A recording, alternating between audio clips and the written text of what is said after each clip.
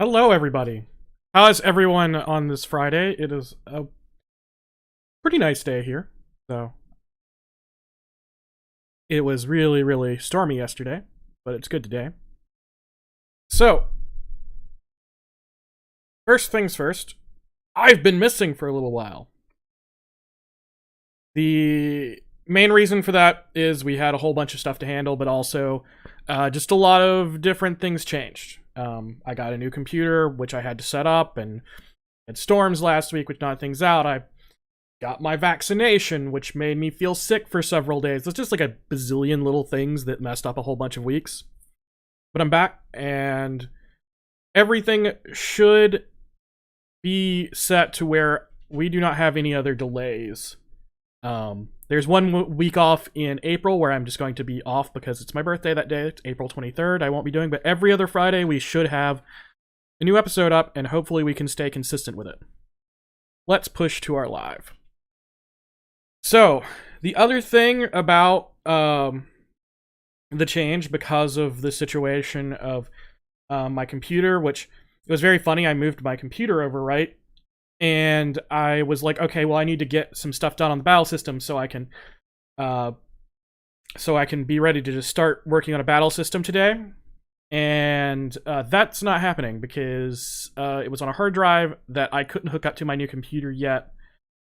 I had to get an SATA cable, and strangely enough, I did not realize how hard it is to get an SATA cable in person. Like, I was just like, oh, I'll just run to the store, right? But it was 8 o'clock, and because of the pandemic, everything's closing at like 7 o'clock. And then I couldn't even find it the next day anywhere. And then finally I just ordered it from Amazon, and but by the time everything, and then like I looked at my order, and apparently I had clicked something wrong, and it wasn't going to show up for 2 weeks, so I had to cancel that version, then order it again. And by the time I got it, it had been a week and a half from the time that I had started trying to get this cable. So I couldn't work on my game for a little while. So we're behind, and I'm just going to focus on some other stuff today. So what I want to do today is just, we're going to use some odds and ends. Like, I had this map that we worked on a while back, and it's nowhere near done, right? Like, this section is really good, and then, like, everything else is just empty. And there's things about the things.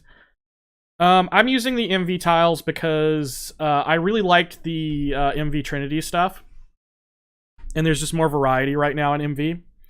So personally, I wanted to use MV. There's also a lot of fan-made MV stuff, like these tiles are... Is it Panda Maru who made these curved tiles for the outside? Yeah. Okay, so there's another thing structurally. There's a couple of things I was going to change. One is I'm going to start pulling our intro music from more than just the base music from RPG Maker. I'm going to start pulling them like I did this time from our packs. And then I'll link what it is. Like this time we used City Walk, which actually sounded really cool.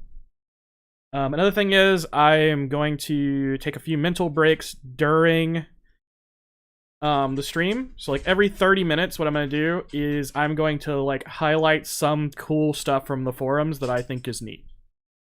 I have like 3 things set up to look at, and so like 30 minutes in, we'll stop, we'll take a look at some stuff. So it's something just to break up my brain from just staring at the screen for a while. Also,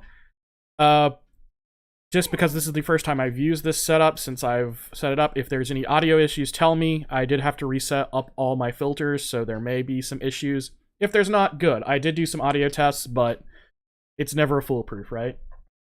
Okay, so first things first, I'm going to... Sorry. Whew. First thing, I'm just going to work on this map for a little while.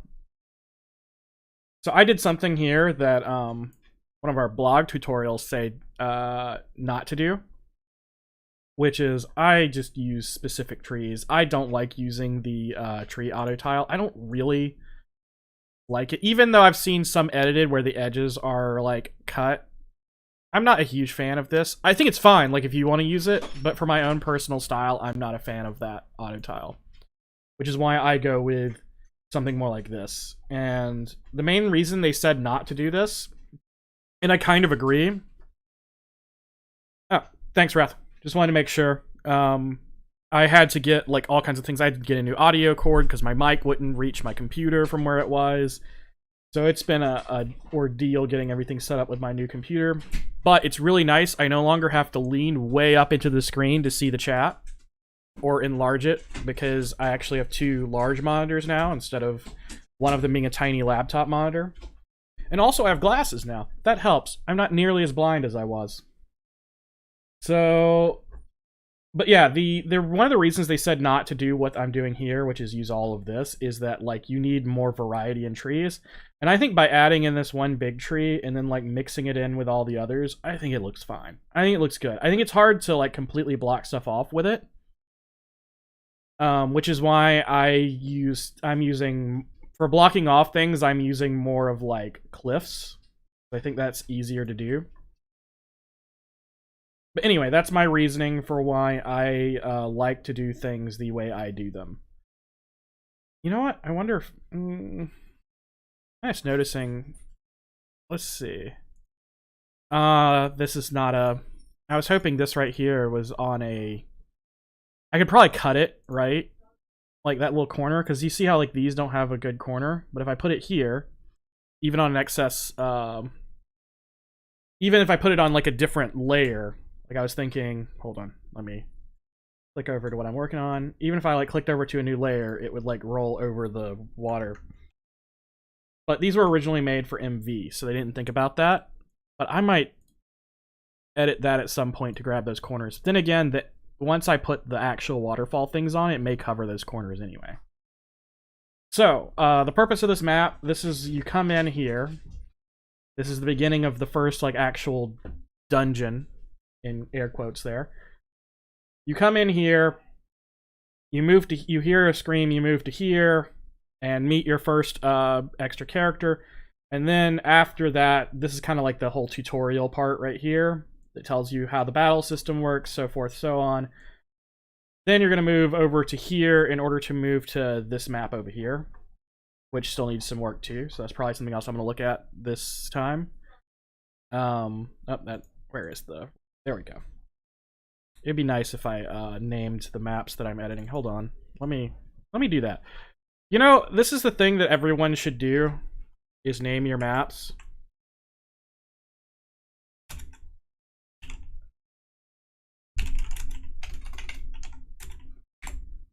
You know, it's just so much easier if you name stuff. Like, just name it. Just name your things so that you can find them. Like, I didn't even know what this was. Oh, this is the beginning of a map. This is very early on. I still need do a lot of work on this. Because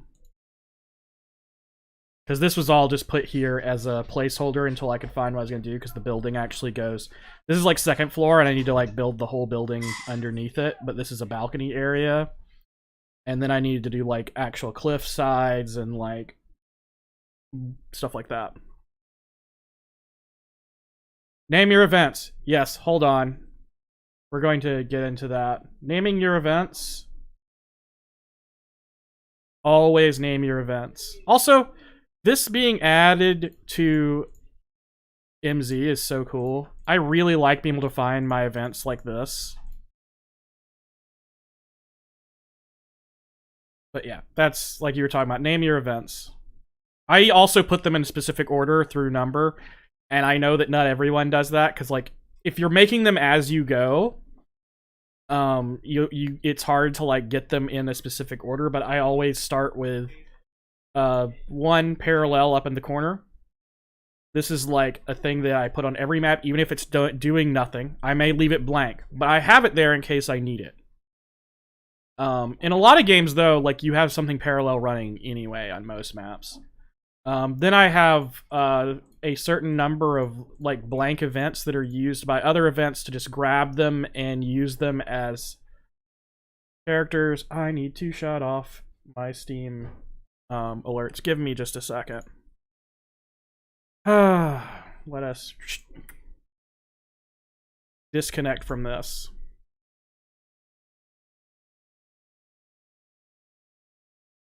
Okay. So like I was saying with the actors, these are just blank events for other events to grab to do visual things. Like if, you know, a character comes into a scene that's, you know, jump, blop. And then after that, I do visual, and then after visual, I will do any actual, like, functional events on the map. I think transfer. Oh no, it's transfers then visuals. Because here's my transfers on this map, which does mean I'll probably have to reorder this one when I put the transfers in here. Anyway, that's my, like, very specific thing.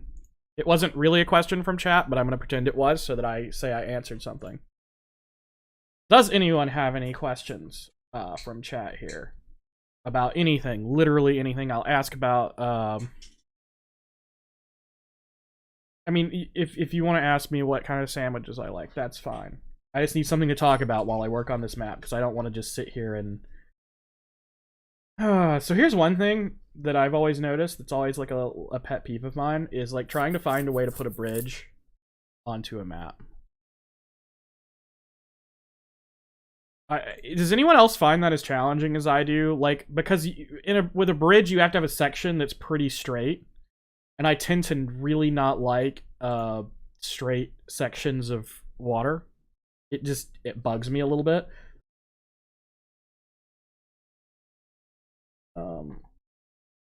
I kind of think maybe I wanted to use. I know I was using this to block it. I was thinking about maybe I should go down one and have the bridge over here. And I would need to do something to block off the bottom of the map so that you can't wander off of it. You technically don't have to. But I also might just later look for better bridge tiles. I'm not particularly too fond of the ones we have. I mean, they're not bad, right? There's nothing wrong with this, but I'm not, like, super excited seeing that. I get a lot of leeway on what I'm doing in my maps because all of this is not literal. So I get to do a lot of silly things. I can make maps that... And here's the thing, by the way. If you really... It's a comment I make a lot about your design. When you design stuff, you can design your world in ways that just make it easier in weird ways. Like I said, because this isn't a literal place. This is almost like a dreamy world type area. It's like a combination of memories and what the world once was. Then I don't have to make my maps make 100% sense. It really doesn't matter. My maps can be kind of representative. See, because if I do go down here, I can put my bridge there. I think that's where I want it. Which means I do need to do some adjustments and have another step down over here. I think maybe in this area, and then I'm gonna do something to mark off the edge of this map so that it's obvious you can't go that way. I think what I might do...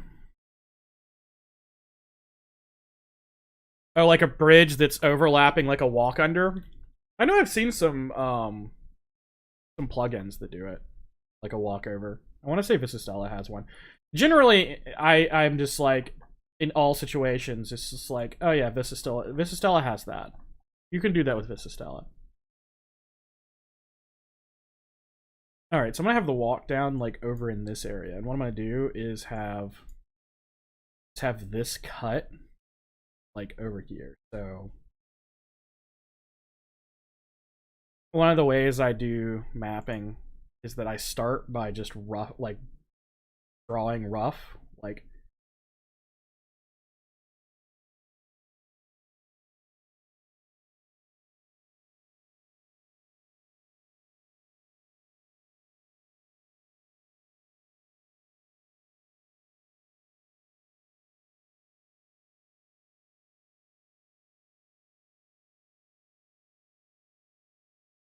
and then in a minute I'll go back over it with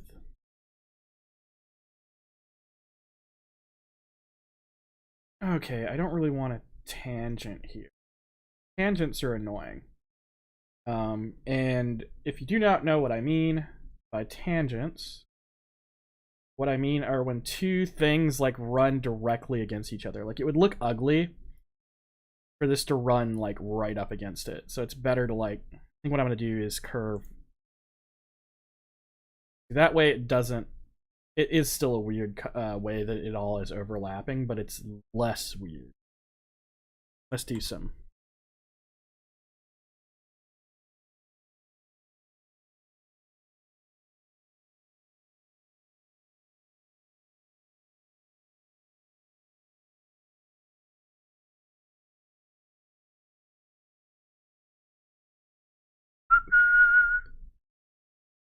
I think that was right, but it may not have been. So I'm gonna do these corners. Ah, I was not right.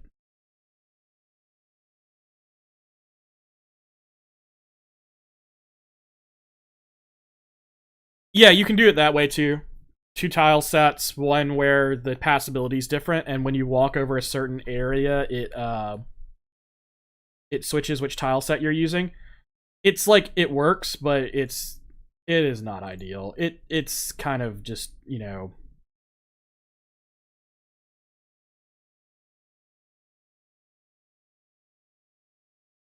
but yeah, tangents are a thing with art. And one thing, and I don't think a lot of people think about this. Hold on. What tile? That's on one. So that is making a weird. I like the idea of the curve, but I think what I'm gonna do is put it over.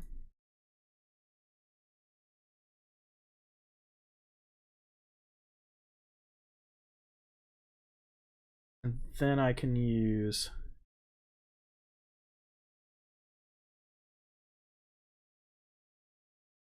Do you think I can? I'll probably put a tree over in here. But like, you don't want your. Let me. You know what? I'm just gonna erase everything down below this so that I don't. I'm gonna have to redraw so much of it that there's no reason for me to try to preserve any of it.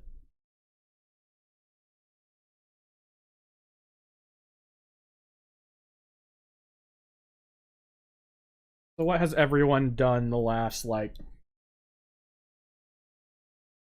while?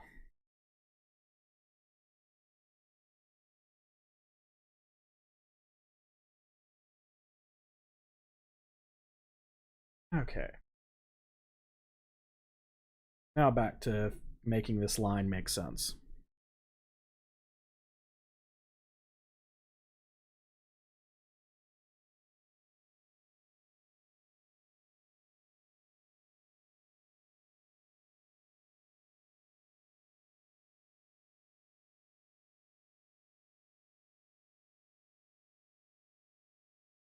And I need like that there, and I need that other corner.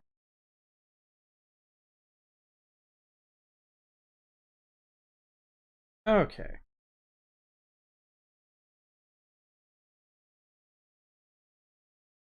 Ooh. You know what? I'm not using any noise. I'm going to take the headsets off.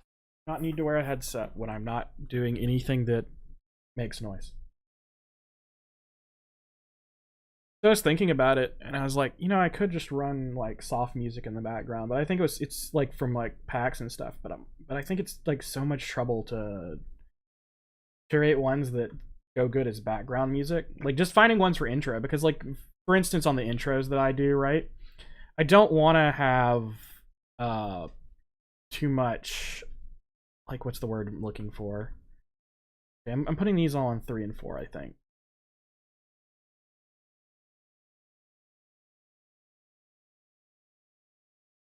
Like, because for the intro music, I never want to have things that are too like bombastic.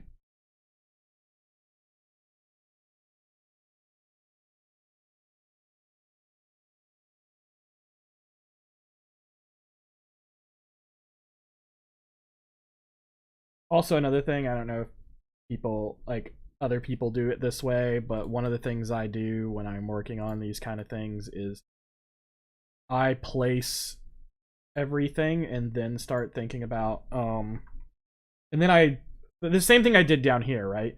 What I was doing was like running through and placing stuff and then I fixed it after. So like instead of like trying to, let me just put like there coming up. But instead of like making these and trying to make them all match as I go, I just place all of the bases and stuff like that. And then make them all match later. Can't listen to music while you work. I see. Here's the thing: if I played it in the background while I streamed, I probably would take my headphones off anyway, because I also have problems with like any time that I am doing both. Like I don't know. I just can't concentrate like that. That one needs to be that one. And I think same here.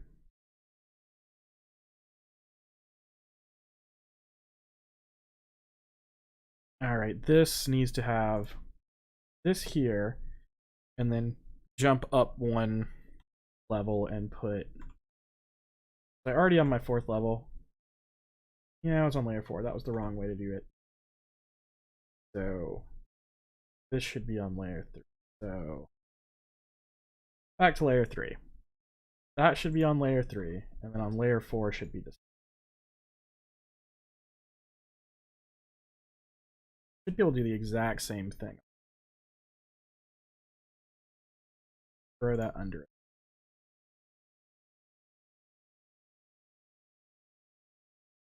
And same right here. But I just find like just operating directly on layers, throwing down the base, right? Throwing down all the base trees and then like fixing all the areas where they meet and don't and should layer in some way. I think I need a little bit more though. I think I need some more. Wait, where's the big tree? It's in Panamaru's stuff. I really like this big tree. Let's toss a few of these. And I'll probably need to do. Oh yeah, if you do it this way, it'll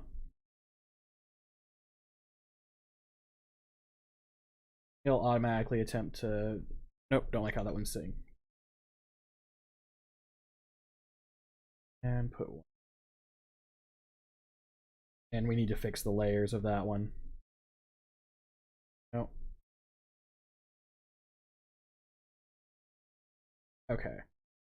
So back to here. That should fix it. And on this one.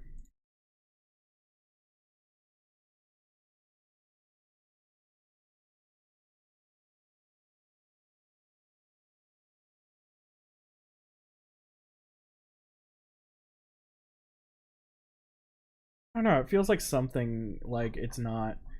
It's one of those weird things, like if you do something at 2 different times, because I knew how deep I wanted to make it here. But I think it's okay for it to be a little looser up here, and we'll mark in let's go for some grass, tall grass. Where is it? There's the tall grass. Put some of this in here.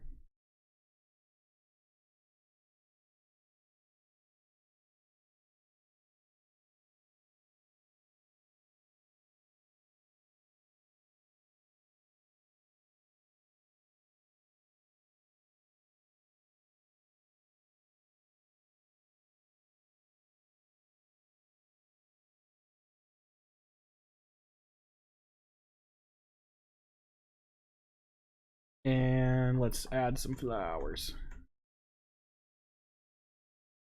I also like having the layer control because it lets me easily grab things that I already have on the map.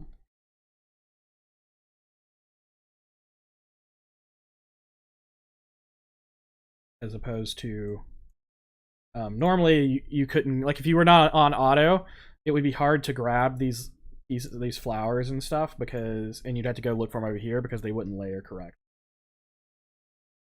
because you would be grabbing the entire constructed tile rather than just rocks.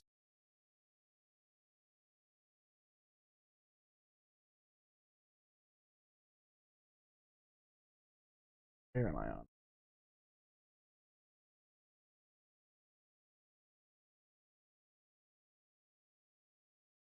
I didn't put much on that. I think this will be the last layer of just different. I don't know if that was even cool.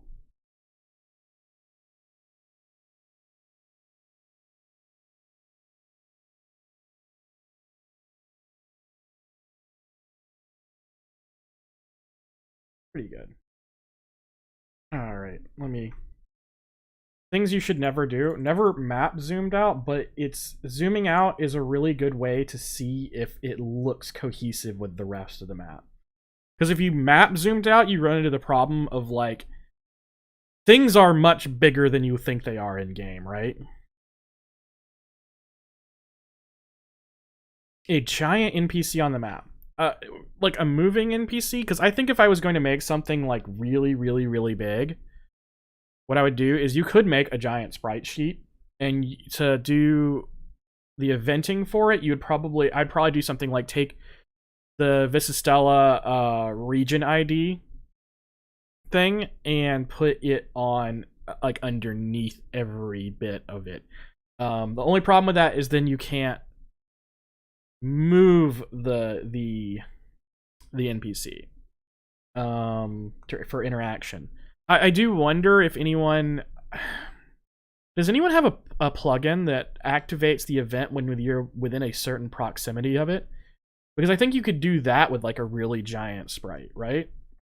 You just have if you are within this much space of the sprite, because, like, your sprite is always going to be on one specific tile, no matter how big that thing is. But if someone has a plugin out there for proximity from that tile in specific directions, I think you could probably use that, like, any kind of, like, cone of vision type thing that activates the event. And you just set its cone of vision to cover the entire image, and have it activate on that. But I'm not, off the top of my head, sure what plugin would do that. But it is an interesting thing to try to think of how you would do it. So looking at it, like, I think it gets lighter down here, but I don't think it's enough that it looks out of place, right? It just looks like this is really heavy. I think altogether this looks cohesive as a map. Not this area, obviously. Yeah, the collision would be what I'm talking about, is where you would want to use, like, a plugin, and it doesn't have to be a plugin specifically designed for that. It could be a plugin designed for a couple of other things, and I think a line of sight plugin could work if you can define the line of sight. Because if you could define the entire line of sight as every space that the image touches, then you could use it to determine. Let's go back to 1-to-1, because that's where you always want to. I didn't know you could actually zoom in further than 1, but you can. Yeah, that's the way to do it without plugins, is to, like, have a whole bunch of different events. You can also, if it doesn't move, it's much easier, because then you can use region ID, and you can use a parallel process event that checks if you are within if you are within that region ID, which you can do that with plugins too. Actually, man, you want to know? I think I could do it entirely even with moving. Because what you would want to do is you would want to have an auto run event. Okay. So I'm going to, since y'all asked, and like I said, this is going to be like an ask stream. Okay. So what you would want to do is have an auto run event. Or not auto run, a parallel process event. The first thing you want it to do is to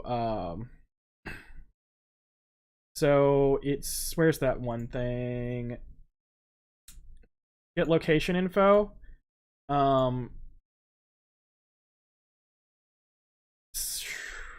location info. And you do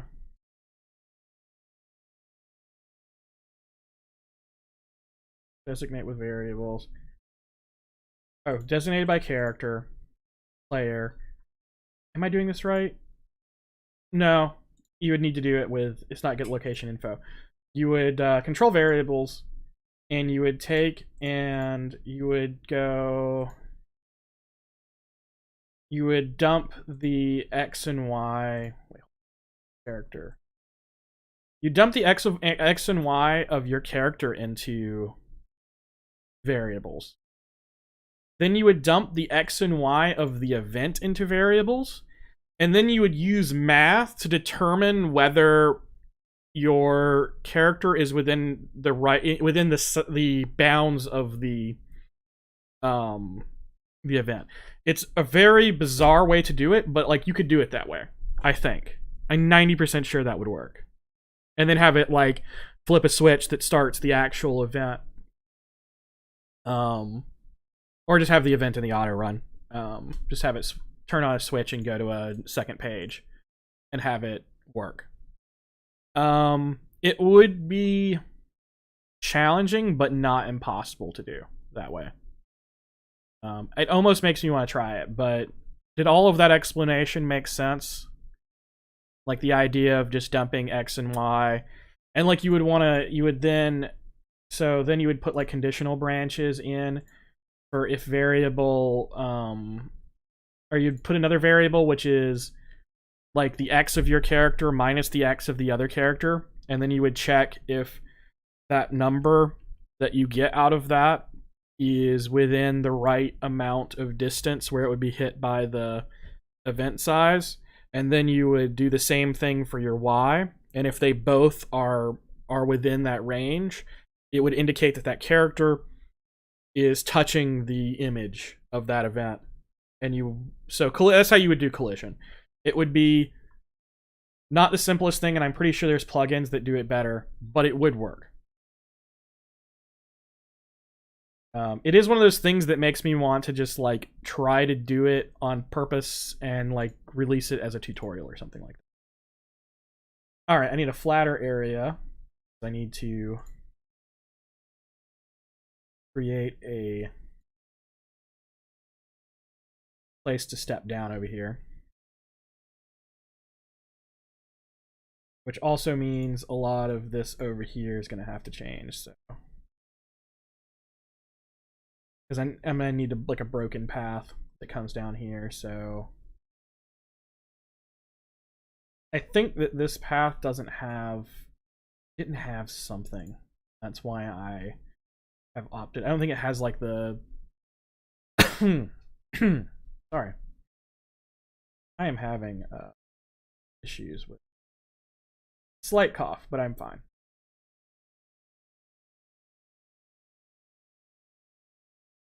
All right, and let's end it here. And that. So.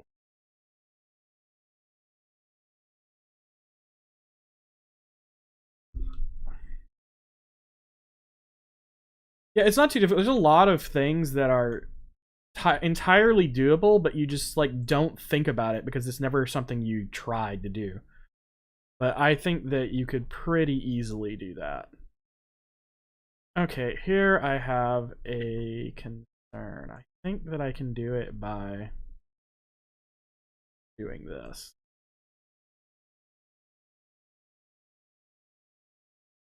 That.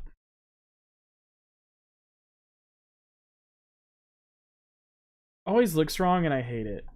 It's very... I keep on... Okay, maybe if I...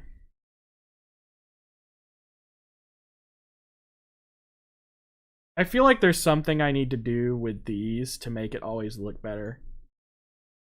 Oh well. I mean, I guess that's...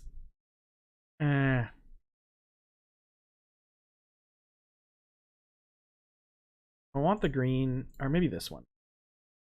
Yeah, I think it's the one I want. Oh, it has a meetup, so I can go like this.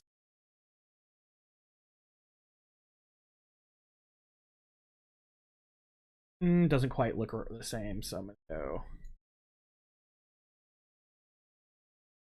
Alright, so. Oh, and it has been 30 minutes. So I'm going to do our first of where I'm just going to look at something I found on the forums and thought was cool. So the first ones I'm going to do. So I found this person. He uses Phoenix Fire Games. How did I jump all the way down to the page? Phoenix Fire Games. And he did some MZ animations. And animations are one of those things that I don't actually think there's tons of, right? The new animation style is really, really cool. And I'm hoping more people learn how to use effects here and start making it. But this guy's made quite a few good ones. That's like a really cool like charm effect or something like that. Then we have some kind of windshield, for when you're driving so you don't get bugs in your face. So that's what a windshield is, right? And he has like various fireballs. That's a big one. I may actually like use some of these. I don't know though. And he has the new fireball that has the. That's kind of cool. I like the way it draws the. I wonder what that. I bet you it means fire. But I do not know. But overall, I think these are really cool animations. This is probably going to be the shortest of the ones where I drop and show you some stuff from the forums.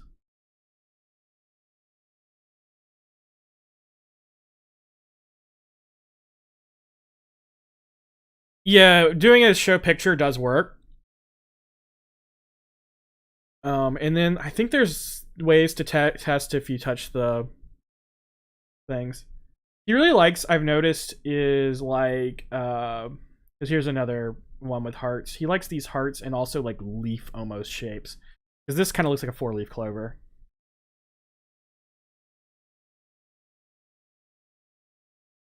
Yeah, I'm assuming this means something like ice.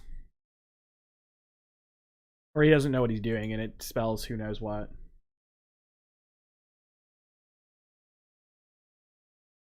But yeah, I was just like,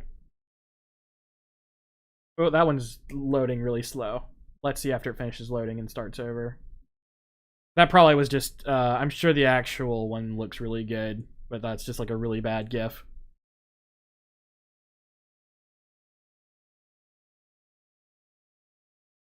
There we go. Doing something weird for a second.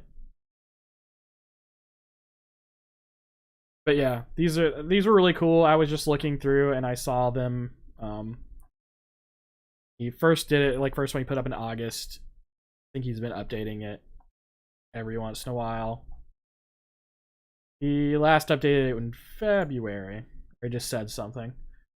But yeah, that was the first one I wanted to show off. Now back to actually this.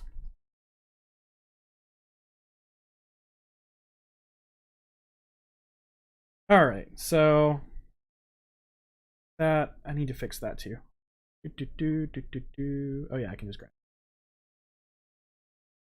I don't know about you guys, but like I so rarely actually grab stuff from over here, and it was such a problem when we only had auto because I would be grabbing entire tiles rather than just like that section that I wanted. All right, so now I need to get a path. So the same thing like I did before, where I was talking about you just start with. I draw a rough line and then after I draw the rough line. Okay, let's erase the stuff over. After I draw a rough line, I then go back and put in curves and everything like that.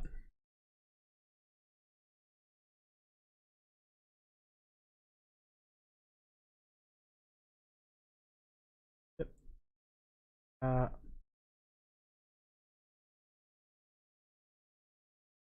Okay, now it's curves.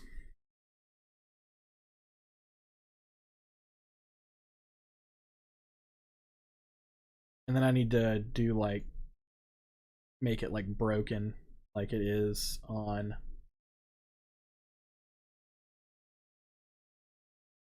that was what I was saying, where I grab something and I grab all of it instead of grabbing individual stuff.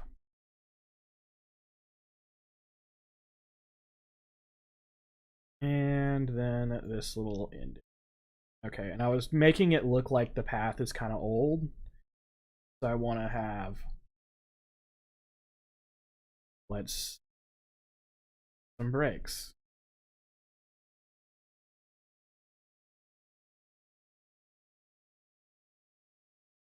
All right. Looks good to me. And then I just need to fix all the trees and stuff. And all the ones up here. Maybe add a little bit more into this area. Maybe. I'll see.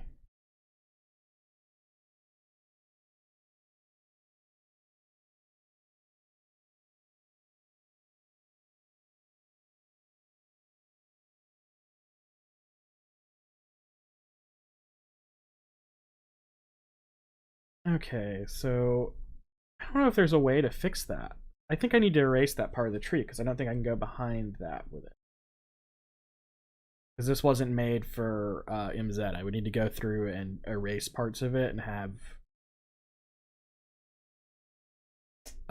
transparency up here. Transparent. Can't go behind. I need to do.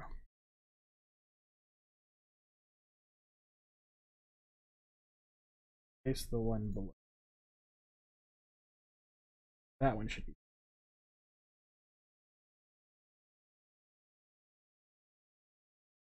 Okay, that fixes all of that down here. I think I fixed all of it. There may be some that I didn't, but we'll cross that bridge when we get there. But let's cross this bridge. So the next thing I need to do is cut this section off. And actually I need to, let's zoom way out. We're just drawing a rough line here. And that is a time where you actually can use zoom out. You don't want to always use zoom out. Because as I said, it's just a bad habit to get into, zooming out on everything. At least in my opinion. Because you map things bigger than you intend to if you zoom out the whole way.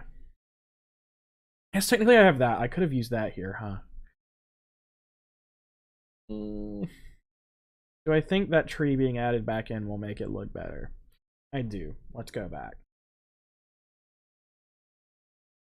Alright, over here. So that means I need to erase that first. The next thing I need to do is go to this layer. That's not correct, but it will be when I draw it. So that needs to be this. This one needs to be the here. That, and then I go back to auto. Place this here. It should go over it. Yeah, I think that looks better.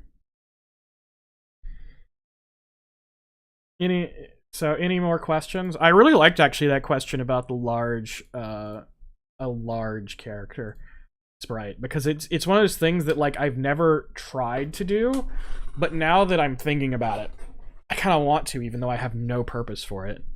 And it's an interesting question because it gets you thinking about how to event something. And if you can event something, you should, like, especially for one-off things, right? If you can event something, I'm going to switch to this over here. If it's a one-off thing that can be handled with an event. All right, so now let's make all this line make sense. I think it's better to handle it with an event. Not everything can be. And like I said, it's the question of is it a one-off thing? Is it a situation where I'm going to use this repeatedly, or is it a situation of I'm going to use this once in my entire game and I'm having to do an entire plugin just for that? I mean, if it's already a function, like I'm pretty sure, like I was saying, I think that there's that kind of function in Visistella somewhere. And so if you already have access to that function anyway, there are cases where like, oh yeah, go ahead and use the plugin, but it's just not necessary to always use a plugin for everything when you can do it without it.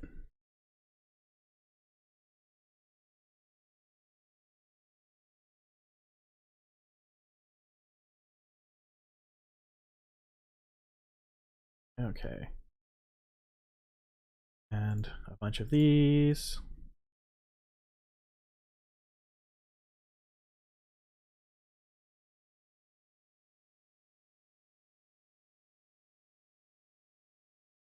You know, I never checked. I wonder if these can be used twice. Hey, Zareb, how you doing?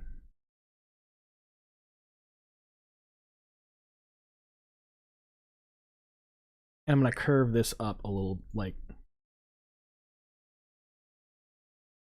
I'm gonna do that, and then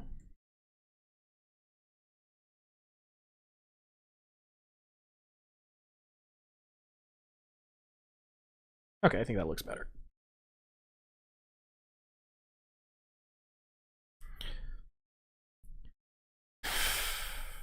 Maybe I'm wrong. Maybe it doesn't look better. Maybe what it needs is like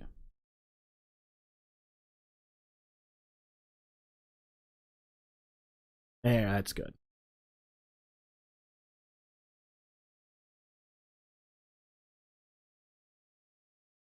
Yeah, being in a cutscene, there's so much stuff you can do differently because there's like 1/8 of the things you have to look at and pay attention to.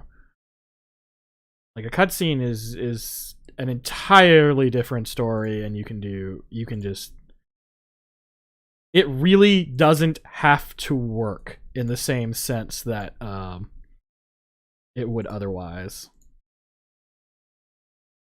Alright, so I think I just need to put in a few more of these little dotties. The corners, for inside corners. I think. Now let's zoom back to 1:1 to make sure that I didn't miss anything, and then we can put the wall in. Alright. Missed one here. Here. That's the other thing when you're working zoomed in, you can't actually see if you missed something. Oh, that's not right. How is that not right? What is wrong? Oh, it should be. Alright, wait a minute. Was this already 3? Yeah, that was already 3. So if that was already 3, that means this has to be 4. Be like that. Which means I could have done this. Hold on.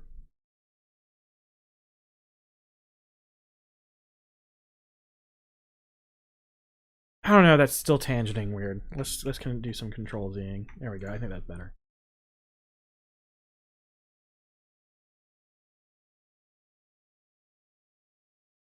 And we need another walk. Step up right here, and this was already perfect for a step up.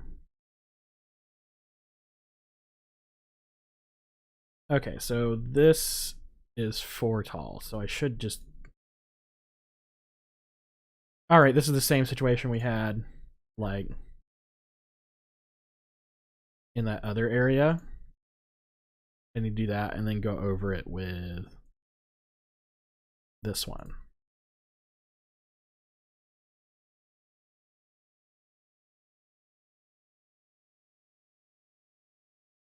I could also step this down over here somewhere, but it's these rounded tiles are a lot harder to do the multi-steps like I do in some other ones. At least I think it is. I could be just imagining the problem.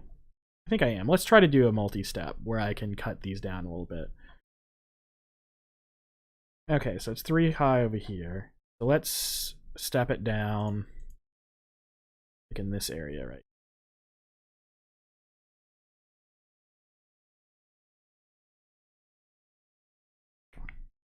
And we move this down to here. See if I can do this. I just want to step it down 1. It'd be like this. And I think I need a flat section to step it in. So let's move this over 1. I really, really like, I'm trying to think of how I'm wording this is when I say multi-step. I really like breaking up things like this, because even though you don't ever go up here, it's like off limits to where you're standing. Having these variations up here makes it look more real to me. It makes it look more like a thing, like, even though it's just purely cosmetic. And so this would be just that. Then this would run into it. Or actually just be this one. Alright, is there a way though to make that run into it appropriately? I think I need some stuff that... Oh, wait, here's what I was looking for earlier. Like that. There we go. There we go. Oh, and this needs to be taller, because this is still 4. So this needs to go all the way down. So this one needs to be like that. And then 2. So this was 3 tall. And so this would be 2 tall now. Oops. I was trying to left click and or right click and I left clicked. And then we just need, oops. All right, so it steps down there. So that means this needs to be 1 shorter. And this one would instead be 1, 2. Always count the height of your... All right, so now these need to be 3.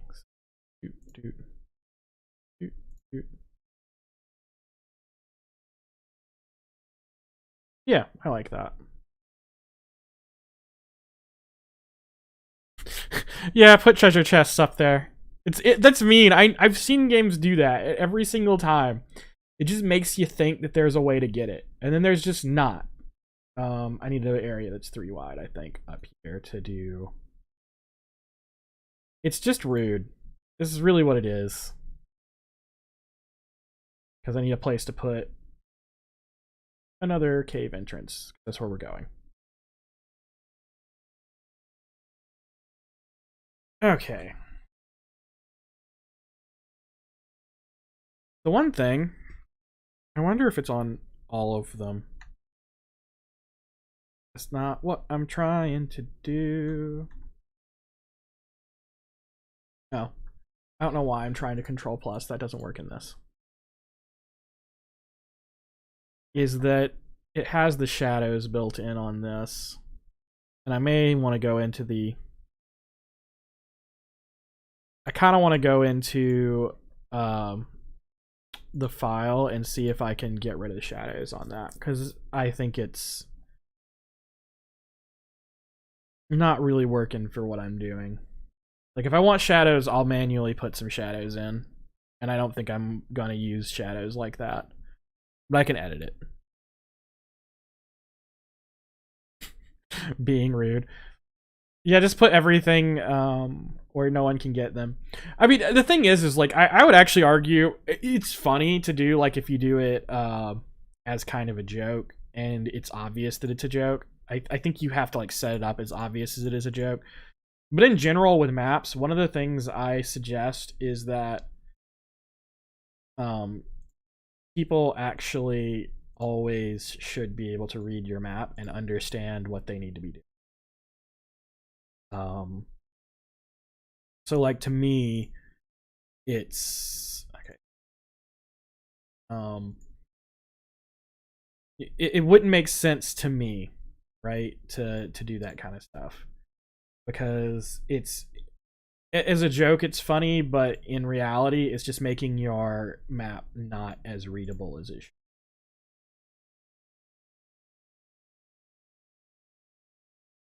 Because people don't like think about like the okay, so everyone knows that you should make your maps look good, right? Yeah, your maps need to look good, but like maps are level design. And level design is more than looking good. Level design should one, look good, and two, be clear and communicate with your player. They should be able to look at your map and understand where they can go and where they cannot go. That kind of stuff. Also, I agree with that's actually really a good idea. Wrath is to have chests that are inaccessible at first, but have some way to get to them later. That's different because that's teaching you probably. Because here's what you're teaching if you put one in inaccessible and you can never get to it in the entire game. You're teaching people that they need to come back here later. And when you put stuff in there but you can't get to it yet, like in like a Metroidvania style game, there's a lot of stuff where you can see something but you can't quite get there yet. And then later you find a way to do it, or like the cut in Pokemon, right, where you can cut down a tree or whatever. All of those kind of things train you to go, oh, I remember seeing a spot like that when you get the tool, right? So yeah, like for instance, something if like you could go up waterfalls and there was a way to get here, you'd be like, oh yeah, I can go back up that waterfall now. But yeah, I like those. But like just putting putting it in there and not having a way to get it, to actually get it in the entire game, it's just teaching your players the wrong thing. It's just, yeah, that's really all I was going there with that. Oh, let me go here, going across, and then also another thing that I do, and I don't know if I talked about this, is you kind of map in a way of, you know what I'm gonna do is just map this completely solid and then go back and fix it and put breaks in it because I do want the breaks. But like I map with one thing at a time, and it's not always logical what order I go into, but I try to be somewhat logical. Like sometimes I will just be like, okay, I'm gonna map all of X, and I look at it and I go, why did I choose that to do that part of the map? Why was that what I thought I needed to do at this point in my life? And in this point of my dev.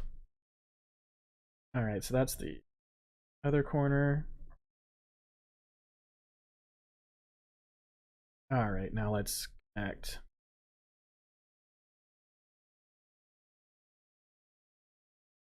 That corner. Those.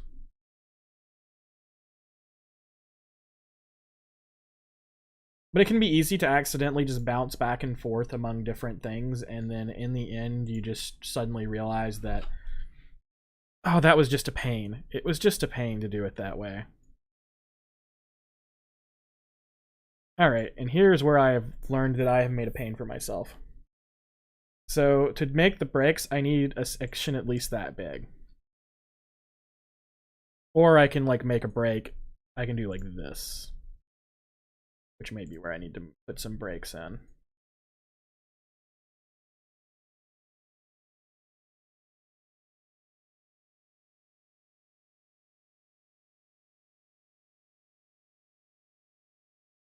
Yeah, consistency. Consistency is so important. It's one of the most important things. Oh, and here's one. It's interesting. It's not just consistency within your own game, but sometimes it's important to be consistent with what players will expect.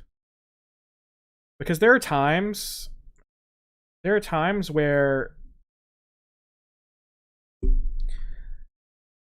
you can design something a certain way, but if you do so, it will confuse your players to no end. because that's just not a common way to do what you're doing.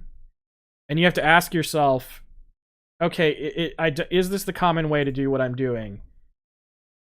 No, it's not. Is doing it the way I'm doing it add something to my game? Is there some like thing that, you know... Oh, I need to get rid of this, actually, because that was where I was originally going to try to put the bridge. But since I dropped it here... Oh, and yeah, the flow of the map. That's the other thing of why I was doing the path first. Because flow is kind of important. And so another thing is this, the way this is mapped gives choke points. And you would think choke points aren't important in RPG design, but they let you do some cool stuff. Because you can use choke points to trigger things. Like, one of the things I want to do is I want to use... yeah, you can be deliberately inconsistent with expectations to play with that, but it has to be intentionally inconsistent rather than just inconsistent. Everything is about deliberately doing stuff. If you do stuff without thinking about it, you're probably not doing it correctly. Now, there is, in the iteration phase, sometimes doing stuff without thinking about it is their way to go. Because you do it without thinking about it, and then you figure out, like, it's like, oh, I'm going to just do this. And then you go, did that work? Did it make something? And why did it make something? But one of the things is, but yeah, choke points. So, like, if I wanted to have the characters talk to each other, choke points are like nice places to add that. So, like, I could, right here, I know that the player has to walk through this spot right here. I could have them have a conversation right here. Same with here and here. Yeah, you can do it with region IDs, but, like, here you can have them, like, talk to each other and move around in the cutscene. Because you know exactly where they're going to start from. No, you can just have them move to a specific place and start the cutscene too, but yeah. But, like, having choke points in your map helps you with eventing that way. But yeah, so flow is really good. So, like, you want to think about what your characters are doing in this map. And also the fact that if they come back to this map, what are they going to do? But yeah, so, like, they come in here. Tutorial thing has them come to... It'll stop you if you try to go down. That's another thing that's good about this. Is there's going to be one NPC that's not a playable character, but, like, a little fox dude who hangs out with you, who you're going to meet up here. And then you're going to have to rescue your second party member who is very confused about what's going on right here.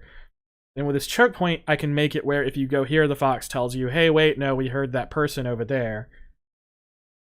So then I can go over here and start rescuing this dude. And then after that, they will continue on their journey. And then there's one real path from that point out, right? You just go this way, go across the bridge, go up, go into this cave. Then you're going to lean into the next one. Yeah, that is another thing. Another thing in map design and why I like the way this map is designed. And so, yeah, you're talking about, like, just walking around the block to get to your next door neighbor. In a town, you want to have as many shortcuts back and forth as you possibly can. You want it to be as open as you possibly can so that you can get from place to place. A dungeon, on the other hand, you want to have openness, but depending on where you are, but you want to make sure that your path where like you can't just walk directly from one thing to another. And to maximize size of your map to, like, how much exploration there is in the map, you want to cut off as much as you can to where it's passing. Like, the thing about this, you know what? I'm going to open up Photoshop and do a little bit of drawing. Doo-be-doo. So I can show you what I'm talking about. Because really, every new file new. Let's avoid all these things that I have. All right. And let's put these side by side. So really, when you look at any map, it can be defined in more than one way. Like, this is the visual representation of the map. And But if you look at it, you're looking at it like this is the way. I meant to prep. There we go. And deselect.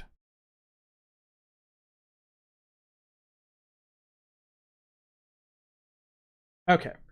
So this is like the visual representation of this map, maybe, if I was not trying to draw in white. So this map does this. And like that. That is like a visual representation of what this map does. And for places of interest, you have here, here, here. I might put a place of interest being like something else here. And all dungeons can be drawn this way. Like you can look at it without the tile and just say, this is how the structure of it is. But you can break this down even easier. So let me full size this and I'm going to show you. Like, so this is the map. Really, this map is just this. You have that. You have this. And you have this.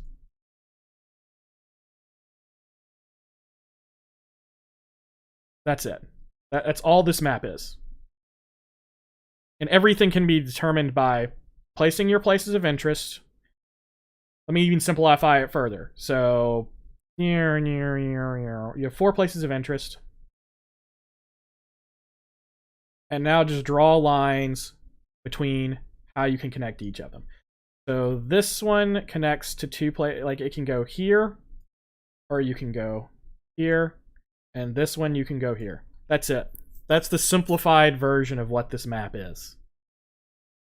And the thing is, if you mapped it this way, you would have this long, skinny, narrow map that's really weird and then has a bunch of wasted area. But by making it twist and turn, making these lines twist and turn, you can have a map that feels more full while being functionally the same thing. So, I don't know, this was a really weird side tangent on my thought on how maps should be designed. And see, like this right here, I think that when you look at, like, let's say you have a town, your town should be like points of interest. And you should have as many paths as possible to where you can get from every one to every other one without really, you know, having to touch. You see what I'm saying? Like, there should be like a lot of open space that you can walk through and not have to go past other things. Like this one, you have to go through this point of interest to get from this point of interest to this point of interest. But yeah, that's just like some random stupid thoughts on map design. That don't have to do with the art of map design, because the art of map design is just making it look consistent, right? And then making it look get, you know, thing. So switching back on yourself is a way to like take full advantage of how much map space you're using. Okay. I mean, in fact, you could have like even much more walking on a map this size if there was more barriers and more switching back. Like a you know, I want to actually like touch on this a little bit more, because like this one is a really linear map and it's such an interesting idea to look. Let's get rid of all that. That was not the button I used. All right, edit.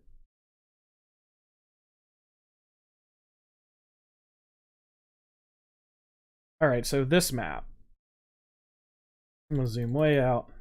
Okay, so this map, if I draw it as the way it actually is drawn, don't do that, give me the right thing. Start here, so point of interest is the entrance. You have a point of interest over here. You have one here where the bridge is. You have one here where this is going to be a treasure chest up here. You have one up here. And then it's going to be a bridge right here. Another point of interest here. And one here. This one's actually a much more complicated map. And here. So the way this one actually works is you have that to here. This also connects to here. But you have to go to this one to unlock this one. But after this was already unlocked, that bridge, you can immediately go to it. And so from here, you can actually go here, or here, or here. And then you have, after you go over this, the bridge is going to be here, which you have to go in here and unlock the thing here to get this bridge open, which is the same as here. You can go this point of interest. All right, that was the bridge. So we can go from, you can go here, here, or we can go to the point of interest, which is the. And so, like, again, you can start seeing how this is like a lot different. And I could like get more specific. I could start like drawing locks and keys to show you have to go here to unlock this. But now once this is unlocked, this path is always unlocked. But you can see now the kind of way this map orients. And now I can actually draw it in its most simplified form. Let's go back and do that. So we have 1, 2, 3, 4, 5, 6, 7, 8, 9 points of interest. Let's just draw it as a cube.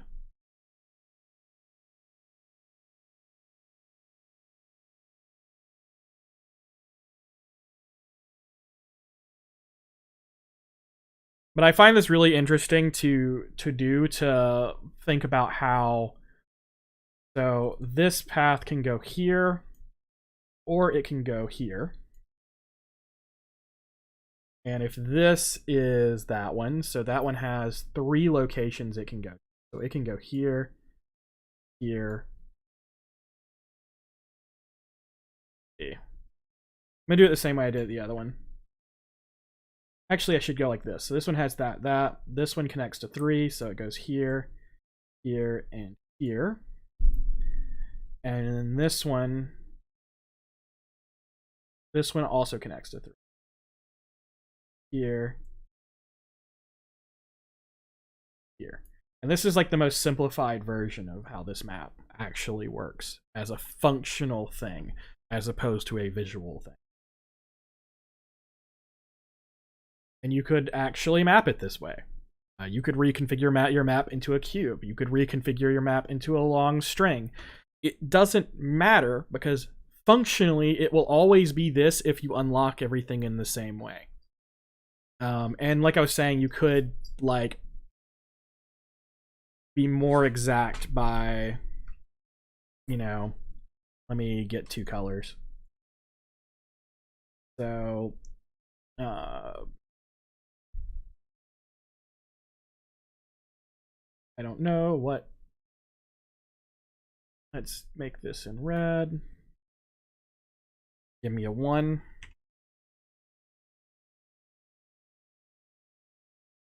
And then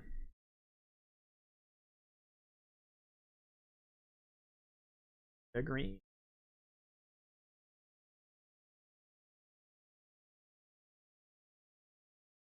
This is really not necessary, but I'm just trying to like break down. Where's duplicate? I think it's layer over here. Layer, duplicate.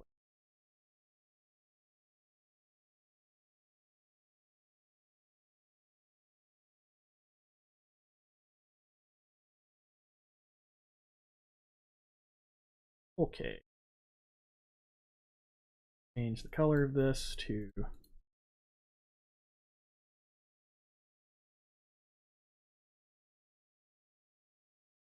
pink. So like you could put these here to indicate that like that's the key for that. You have to go here, or well, it's actually here to unlock here. And it gives you an indication of how you structure your map. And oh, I am also doop-a-doo.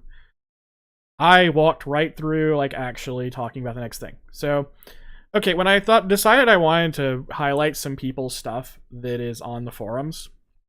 So we've been doing that over on the blog, right? And we have 2 different people who have been writing all of those highlights and also a lot of stuff for our blog. and they never will write about themselves. So I was going to show some of their stuff. So I'm going to show Hidden One. So this is stuff Hidden One is made for MZ or MZ. She hasn't made a ton for MZ yet, but there are some things. So like we have generator parts, we have new gradient files, and they only have sprites for these, but they're there. So you have like the sprite bases for like orcs. But if you run over here to Hidden One's MV stuff, she has a lot more stuff. So again, you have generator parts. You have, I think all this is so cool. I if I was using, like, I'm not using MV sprites, but like, let's jump down here to, like, look at that. That's cool. And I just wanted to highlight it because, like I said, they're not gonna write about their own stuff, but they've made so much cool things for the community. Look at these like side view battlers. They're so good.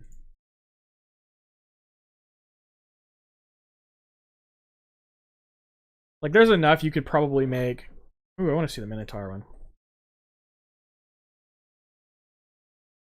That's really good. Like I hadn't even looked through all of these. I was just like, I'm gonna pick Hidden One stuff because I want to focus on somebody who's been doing a lot for us and also has made a lot of cool stuff. Oh, that's, let me just, wow, that is so good.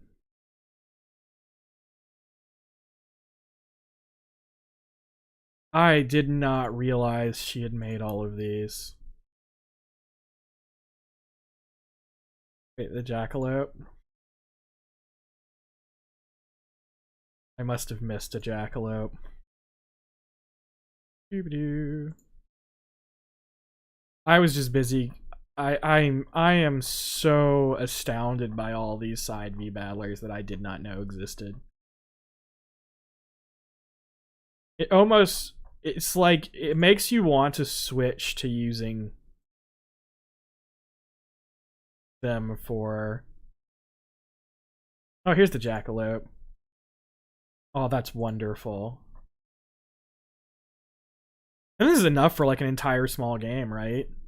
Because I think it's most of the stuff from a lot of stuff from the RTP. Oh, and then we have like some different stuff, pillows, and kind of different. Oh, I'm so impressed. I turned off neon signs. That's actually a really good idea. A rapier. That is a flamberge. That's how you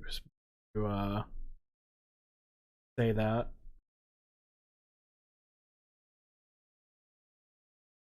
So yeah, there's so much to look at in this thread. It's in the you know what? There's the thread. That's such a really good just so much good stuff in that. All right, back to actually working on this. So I'm going to go back to the forest.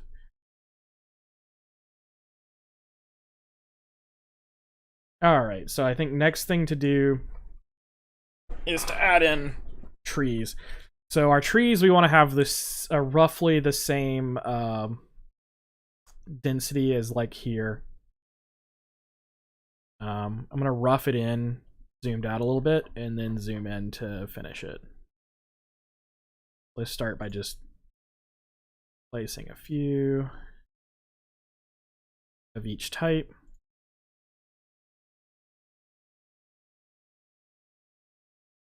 I am not doing this the way I wanted to do it, but we're gonna see if it works out. I mean, the thing is I remap everything anyway, so.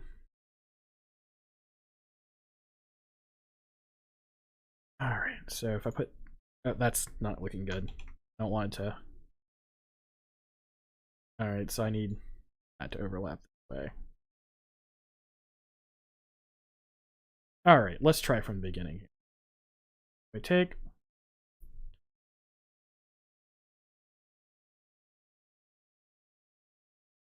I wanted to put a couple of these big trees. I think that looks good, but I need stuff. I want to clump them a little bit more because I think that's the problem I'm having with this. I think I need to. Let's do like that. Wrap the right crossover. Here's another thing, actually. In reality, once they added in layers, you don't need these quite as much because you could just do all of the crossing over with by using layering. But I think it's just at this point, it's a the term. It's just a habit. Like the engine, they're like, oh, the engine has it, so we've always had those pieces. And it does help for when you have a lot of stuff to layer.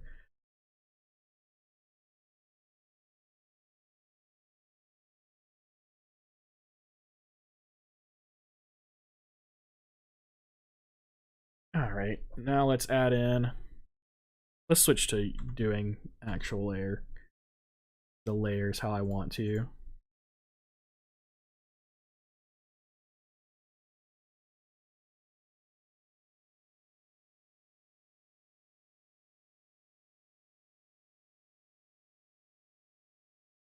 And then add some flowers first. Flowers.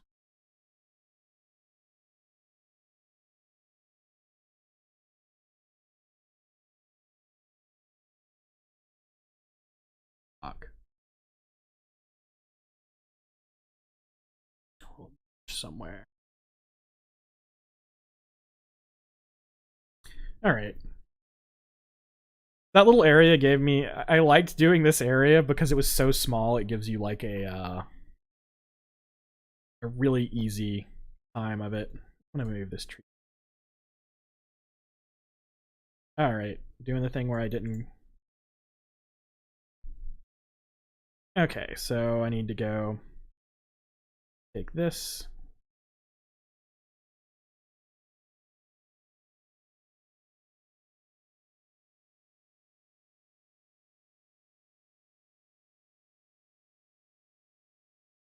Need to remember to switch to layers more often. I forget and then I do stupid stuff. Okay. So now that little section's done. Then I just have to do this section up here. Then I just need to do all the tops. Well, the funny thing is I probably could be done with this map if I wasn't talking so much. Yeah, well, the thing about the auto layers is it places it on specific layers. But you can always switch manually and do it. Like, by default, what it does is you have base layer, which handles those kind of things. And then base layer, it will normally put everything from A onto the layer 1. Some things, though, like these and these, the ones that have like the transparency, it will put those automatically on layer 2. And then B through E, if you have it on auto layer, it will start by putting them on 3. And then if you add another thing on, it will put it on 4. Or actually, is that what it does? Or does it do 4 and then throw 1 down to 3? Let's actually look. So if I'm on auto layer and I put down this tree, what layer does it stick it on? Yeah, it sticks it on 4. And then if I put something over it, it will take and put the lower, whatever was the first tile put down, and push it down to 3. So that's how the auto layer, I think it's literally how the auto layer has always worked. Is it always puts it on 4 and then pushes 1 down if you put 1 on top of it and pushes it to 3. Probably an easier thing, because if you try to put it on 3 and then put a tile on top of it, and it automatically goes to 4. When you put a tile on top of that, it already had to push everything from tile 4 to tile 3. So it's easier to just program it the whole way to just always just take whatever's on tile 4, put it on tile 3, and then put whatever new tile on tile 4. And just always cycle that up. I wouldn't be surprised if there's nothing on tile 3 or 4. If when you first place it, it still pushes the nothingness down to tile 3. Because then it always acts the same. When you place a B through E tile, it pushes whatever is on tile 4, layer 4 down to tile layer 3, and then puts the new thing on tile 4. Or layer 4. But that's just me speculating. I do not know how they programmed it, but that's probably just how it always behaves. Okay. So next is doing trees up here. So start with biggies. That's never going to look right.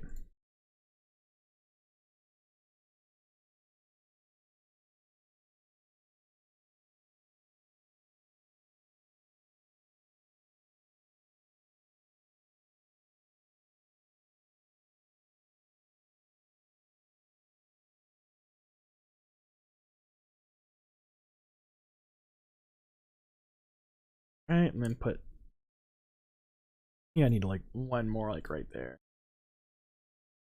Now let's go over with the smalls.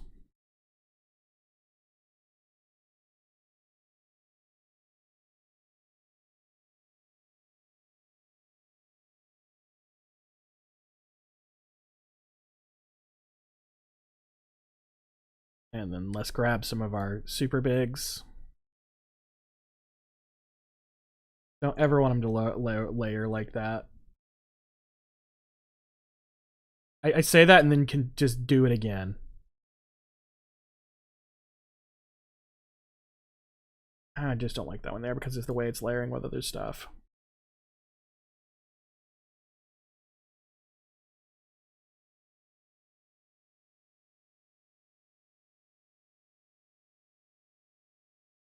Right there. Alright, now let's zoom in and do some fixing of our layering. So this right here, that center just needs to be that. So this is,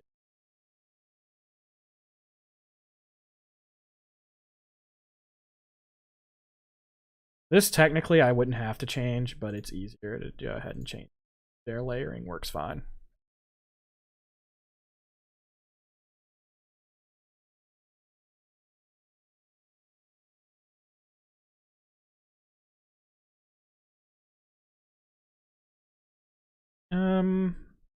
Is that's actually a little denser than I had over here, but I think it's fine. It's an acceptable amount of denseness. So let's switch up to going to layer 2 and grab tall grass. Because where else are our Pokemon going to go?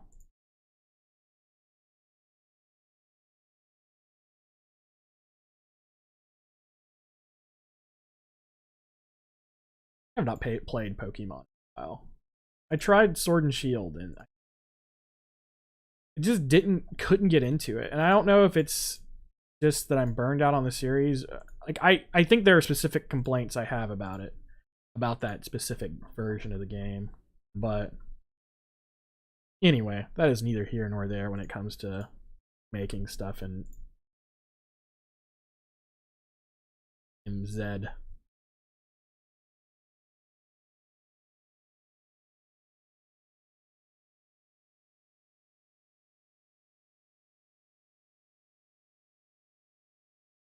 Look, all game dev makes you cry. If it does not, you are not pushing yourself hard enough.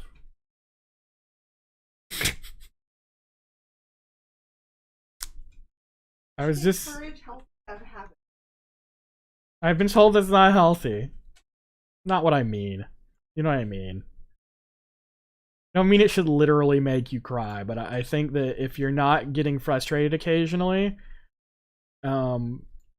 you're not really pushing what you can do, and you should always be trying to push to improve.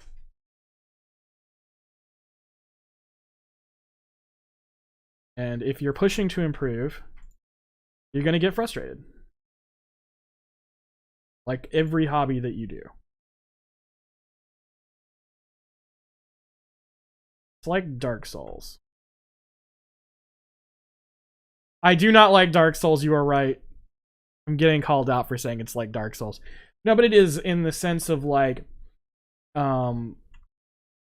you take a certain type of game, right? And the point of what I meant by it's like Dark Souls is that you get better through being challenged. I don't like Dark Souls for other reasons, but you know, the idea of challenge is there to make your game better. And if you constantly push yourself to do better than you did the last time, you will get better.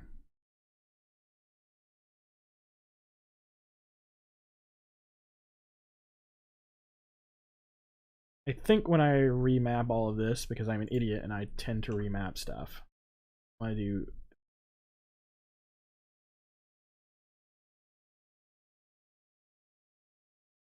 All right, I think that looks good and consistent with other things.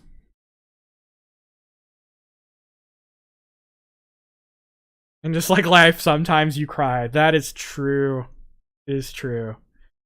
It is okay to get frustrated. It is okay to put things down sometimes when you get frustrated.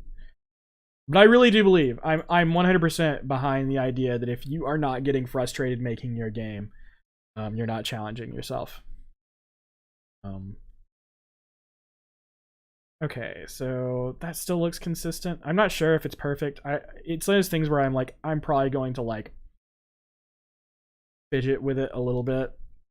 This is going to be a horror show when I do my remapping.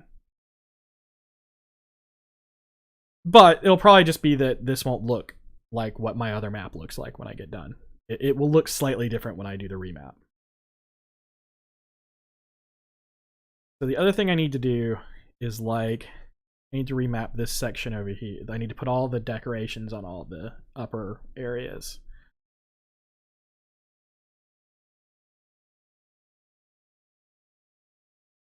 I am really liking how this map looks, though.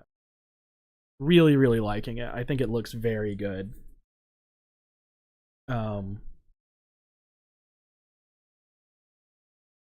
Feel like that needs to be. This is gonna seem silly, and it is like the whole thing of consistency. Is like one of the things I really hate is accidental patterns, because like okay, so there's going to be patterns always, because everything creates patterns, and also human beings just recognize patterns. That's one of the things we do. We look at something, we build a pattern out of it. But I tried to stop myself from in natural order things. Was I had both of these on the same, like in a corner on the same side of this, and I was like, okay, I'm gonna move it over to the other side because that way it's not on the same side, and it's silly. And it's just like my thing of like, I've been trying, like I think I need to change which one that is. Let's switch it to this, because it was creating 3 blues in a corner like that. But the thing is that in reality, like these flowers would probably not grow this randomly, right? You'd probably have an area that has several of the blue flowers because they'd probably grow near each other, and then several of the pink. But by mixing them up, it makes it look better visually. The same problem here. One, I'm creating like a line, a straight line down that way. And two, on top of being a straight line, these two were the exact same color. I probably want to do, well, hold on. I'm gonna grab a different type. I'm gonna grab like one of these. You know, what do I want to put there? I'm again having the thing of like, I'm overthinking it, right? No one is going to notice that, and it should have some things clumping up occasionally, because if they're not clumping up, that's not completely random. If you're making sure that you never line stuff up, there are some things not to line up. Like when I accidentally would put these where it was like directly over the bottom of the tree, that just looks bad. But like sometimes things are just going to line up in real life, so why would you say, oh, you can't do that in a video game? But I still try to break it a little bit. Okay, next we have,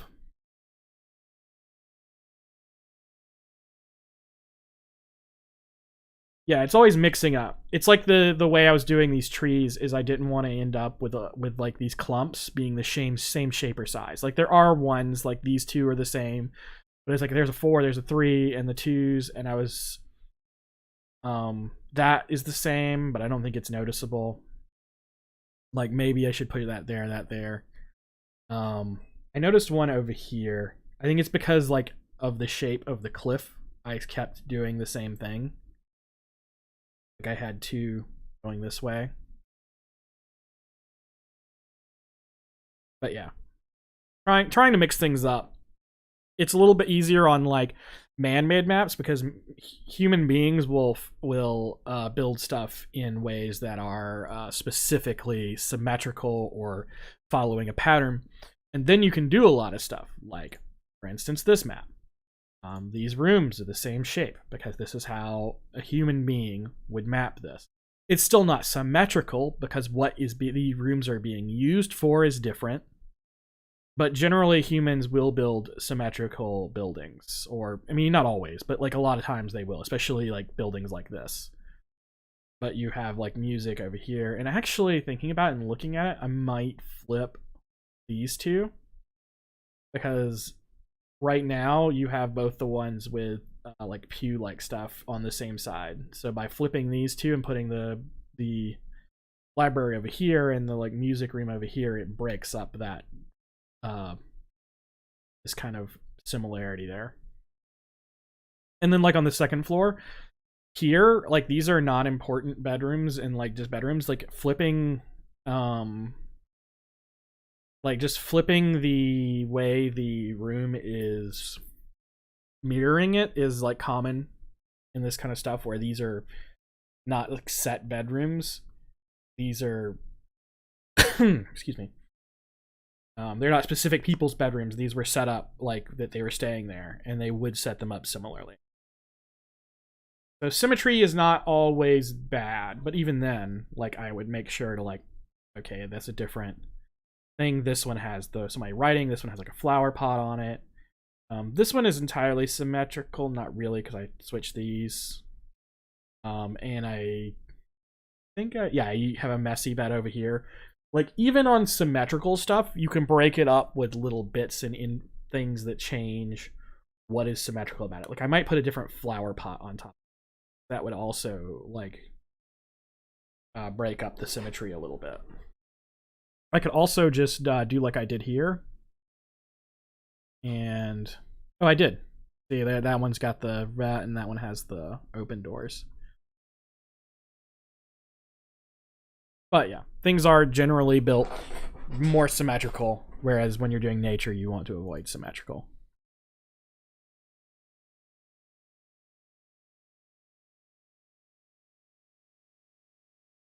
But basically, there's like a whole bunch of different things to think about when you are mapping in a sense of not only do you want to think about your hold on while I'm wording, I can say words. I am paid to do this. But you, oh wow, I lost it. I lost entirely what I was trying to say. So never mind.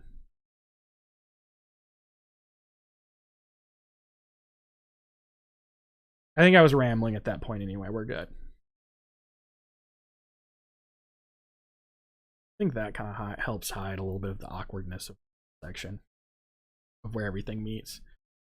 That's another thing. You know, if you find that like the way some tiles are meeting is kind of awkward, just put something over it that hides it and looks right. Like that tree being there hides a lot of the sins of how those tiles meet up. Alright, I don't think I want to use any of the really big trees up here because it's so thin. Wait, I might like do, let me grab like just the edge of it. and do it like right. Not quite. Right.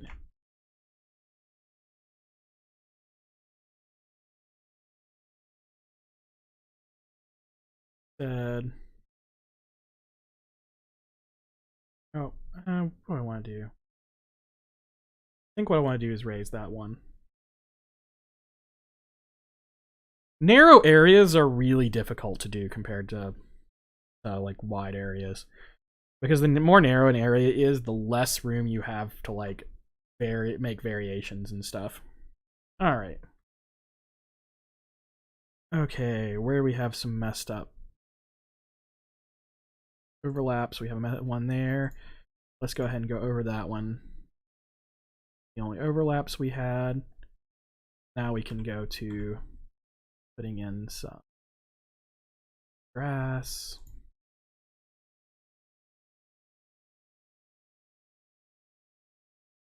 Problem is I can't put tall grass right on those corners, because on the corners it really does weird stuff.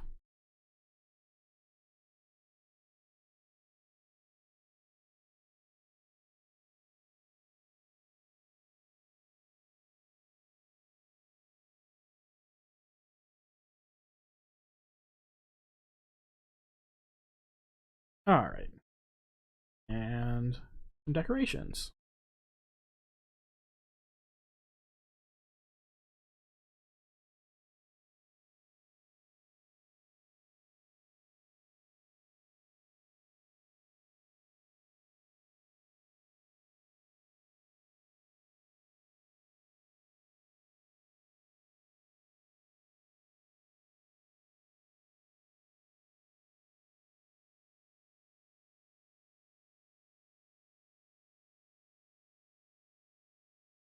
I hate when I go silent for a little bit, because like I should keep talking, but sometimes I have nothing to really say. That is a problem when streaming, huh? Some things tend to group like flowers, depending on the plant, or mushrooms. It takes a colony instead of flying far away from those. Yeah, and it really depends on what plant too, right? Some plants spread further than others, like dandelions, because the wind blows them. But they will also clump together as well. But they'll take over a whole area. Used to have an entire field of dandelions near my house where I grew up when I was a kid. All right. So now I just need to do these sections up here, and this map is mostly done. We have about 15 minutes left, so I'm going to take one more quick break, show you one more person's stuff, and we're going to look at Avery's stuff. Avery is the other person who has been writing a lot of our blog content. He's been writing a lot of tutorials that do some really cool stuff, and also doing some highlights, and also both of them also alternate writing the descriptions for the packs that go on the blog and that are posted on the forums. I edit them, but it's much less work for me, which is nice. I'm so happy to have them on board doing this stuff, and that's why I want to show off the stuff they made. So this is Avery's MZ stuff. We have a Mimic, which is cool. I like the... It just looks cool. I like that. Some kind of soldier or guard, because I think the MZ default actually didn't have a guard in it. Here's an alternate of the tree, so it doesn't have the black outlines, which does make it look a lot better. I think that she did the same thing for the MV one. So we're going to look at her MV stuff, because there's way more stuff in here. So we have generator parts. We have so many. It's one of those things that there's just so much you can't actually look at it all without just like zoning over it. Some more weapons. That's a cool sword. I like that sword. I should go through these and I can find, because these are pretty much the same, right? There's no difference between the MV and MZ weapons. They can use them either.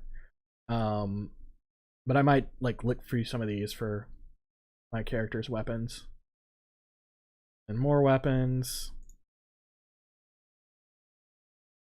Tiles. A whole bunch of kitchen stuff. It looks really good. I love the curved counters too. I like when you can go like that with your countertops, because that's how I want my kitchen to look. I wish I had a big kitchen. I do not. These like Coke and water bottles, I use these in one of my maps. I know I've used several pieces from her stuff. Pool table's cool.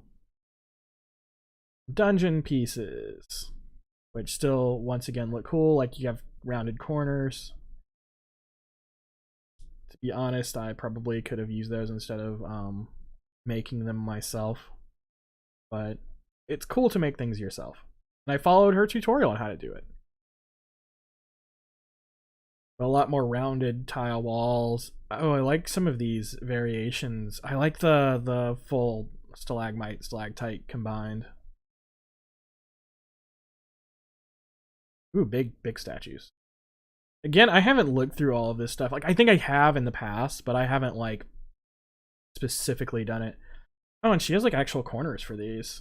I just do it by lapping them, which does work. Ah, yeah, see, here's our auto tiles that are a bit different. Architecture. I'm gonna start going past these really fast because there's so much stuff to look at. I think I'm gonna switch most of this. But I do want to see what's in other. Oh, I like that. Little furs. She has done a lot of stuff though.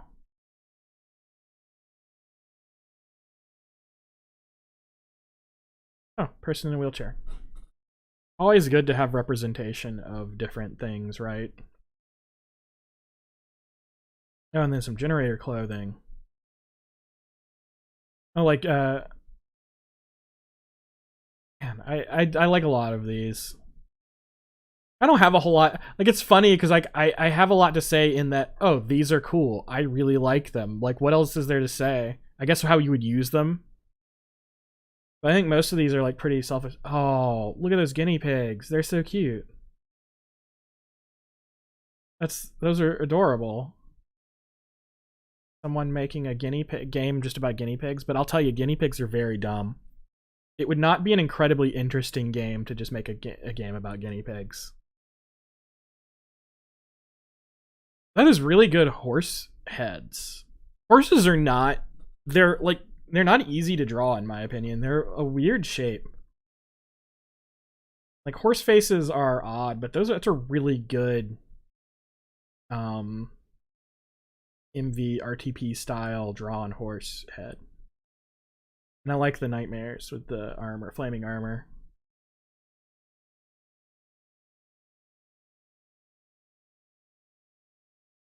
A side view battler for a horse. I guess it's so like you paste your dude over it and then use the overlay and paste over that. So it's like, yeah. Okay, so you can have your characters map. Oh, kitty.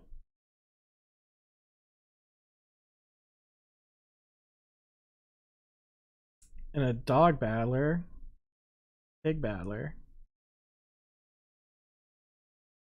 I wish I could do art, but I don't want to do the work. I just want to be able to do it. But like it's like everything else. It's having the desire to do it, to like actually do the process, and not just the desire to be able to create whatever you want. And not everyone has the desire to go through the process necessary to understand how to do what they want to do. It's like how many people wish they have written a book and how few people actually want to write a book.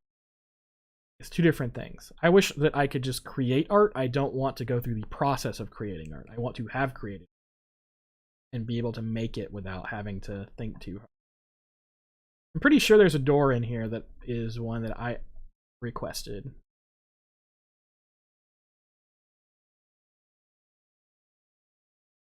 I like these waterfalls. But yeah, so there's more stuff to look at. Let's run back to our map. And we got about 10 minutes to go. Do you think I can finish all of this in 10 minutes? Let's see. Now that I've hit a groove, right? I think hitting a groove is really important. It's like you understand how to do what you're doing. So I know that I just want to like pop stuff down. Just put a grouping of 3 over here. You know what? I do. Let's erase all that. What I want to do. I want to do a grouping of 3, but I want to have the upper 2.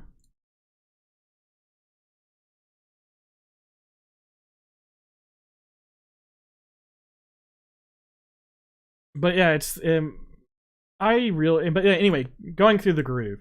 Once you hit a groove of like knowing the order, like I've started being able to go, okay, first I'm gonna put big trees, then I'm gonna put small trees, then I'm gonna put the really big trees. Then I'm going to put the grass, then I'm gonna put like the final decorations. And once you hit that thing where you have a process, everything starts going much, much faster.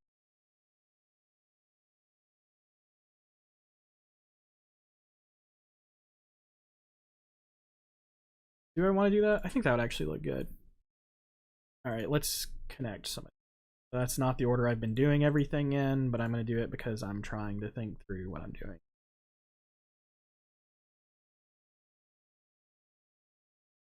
All right, I'm going to put like a small tree. I need to go back over it. Back over with that. All right. Small trees, kind of layer some in. At the bottom of a small tree here. Up here is what I was talking about, where like it's so narrow, you like I can't put trees there. You know what I could do? I'm gonna do this. I'm gonna cheat.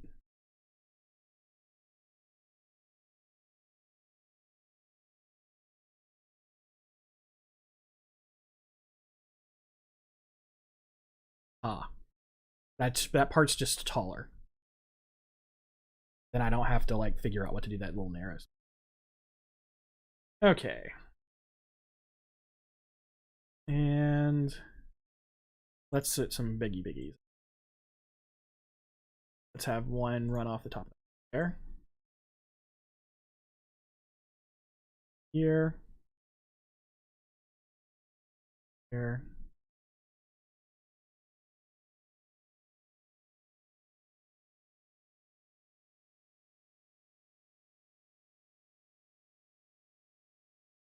I think this is silly because I think that's the same size as. If I do that, I don't think I need this here. I need.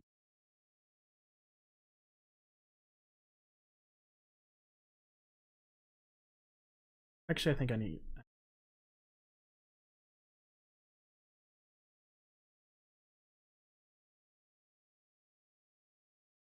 An overlap.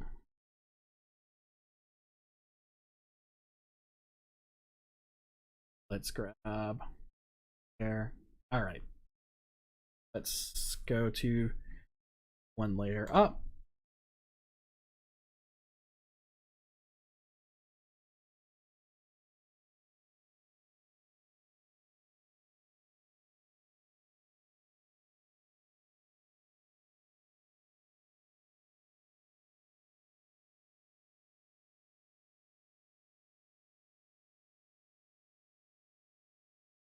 I don't know why I'm like making it so exact. Because the truth is, once I start redoing this, I don't go. Once I start working on, um,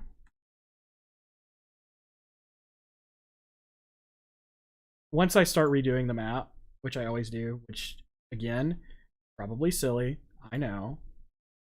I'm gonna probably place things in. But overall, this needed to be done. This map needed to be finished.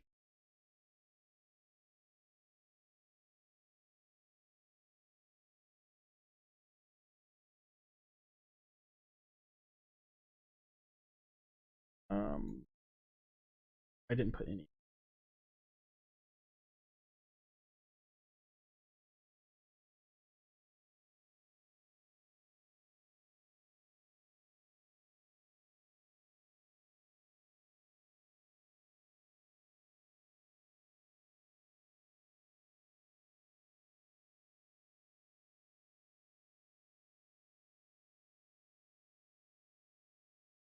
All right.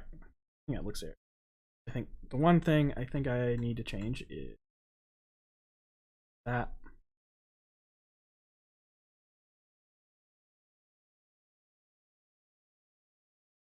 All right, 5 minutes. Can I get that other corner done in 5 minutes? I think I can. I think this map will be pretty much done after that.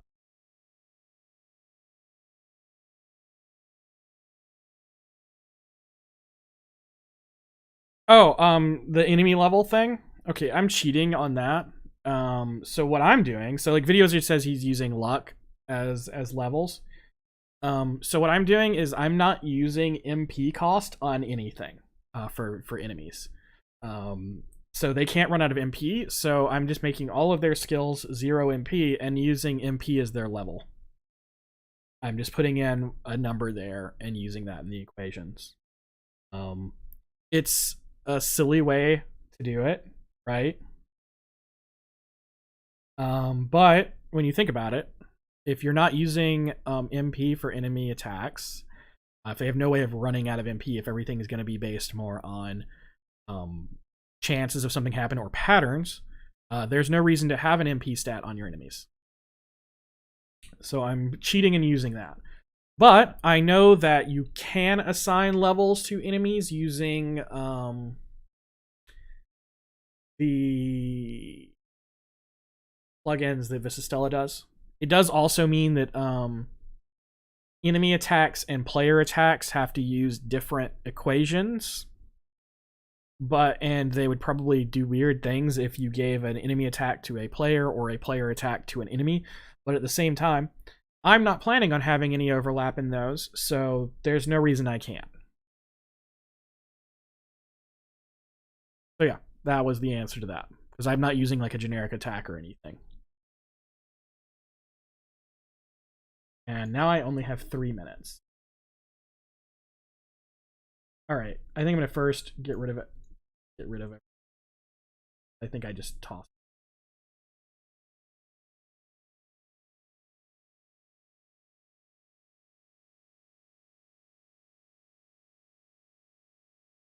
Also looking at it, I do not know if I can do it before. We'll probably go a little bit over because I want to finish this map up. All right. Nope. I'm gonna do like a big clump.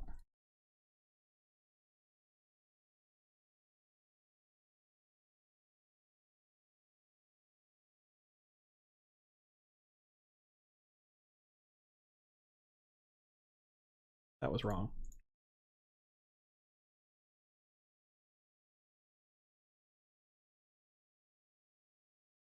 I want to try to duplicate what I did over here.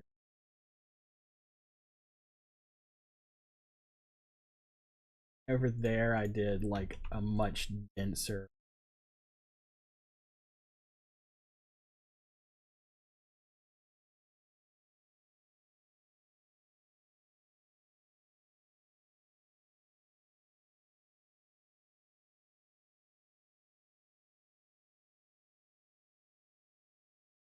So maybe not as quite as dense as I did over there. I need one. Or maybe I'll just leave that for a large.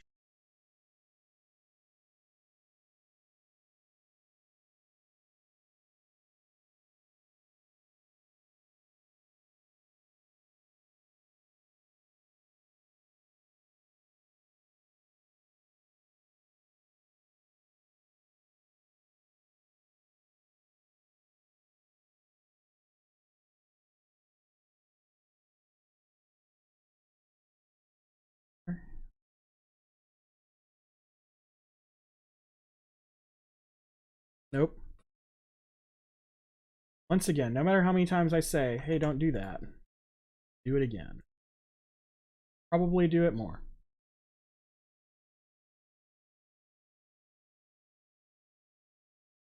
Want to put a big.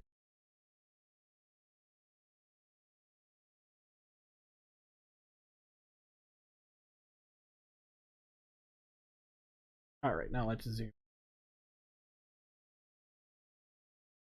And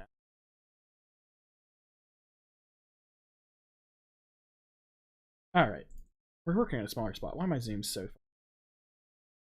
I think I can go. All right, let's fix all our overlaps now. That's this one.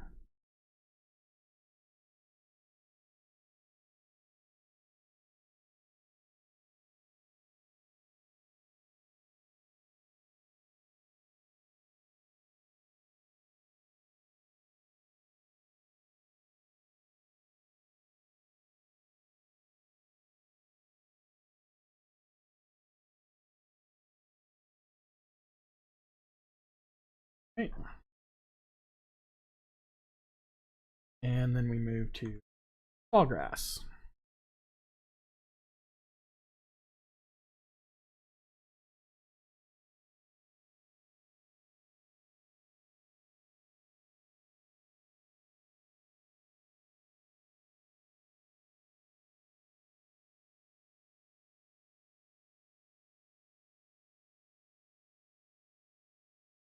Another thing I was talking about, I wanted to finish this map, is if you are in a groove on something, if you take a break, you could lose that groove, right?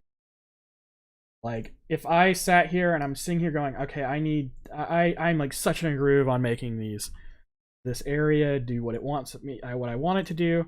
If I stop, this last section is going to probably take me 30 minutes to do, even though I've gotten into a groove and am going to do it in about 5 to 10. So like basically try not to stop while you have yourself going. Always try to keep going if you can when you have maintained that.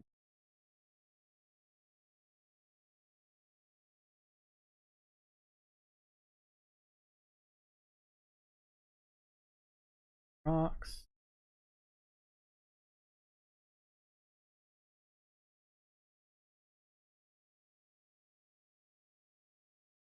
All right, let's look at this. I think that's a really good looking map. What do you guys think? I think there's only like one spot that I think I cheated, and then I don't like how I ended up. I kind of don't like this being tall. You know what I could do? What I could do?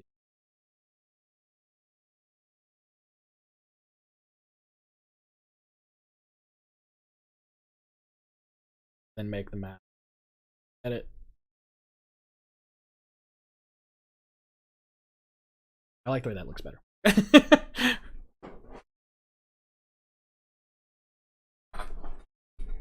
Yeah, I don't use auto layer that much. I'll use it sometimes. But in general, I will attempt to do everything on layers. Sometimes when I'm doing stuff like quick and dirty, I'll do auto layers, and then come back and use layers to fix it. But when I'm do my remap, which I think I showed, I can't remember. I think in one episode I show you how I do remaps, because I remap everything in I map it once and then do it again.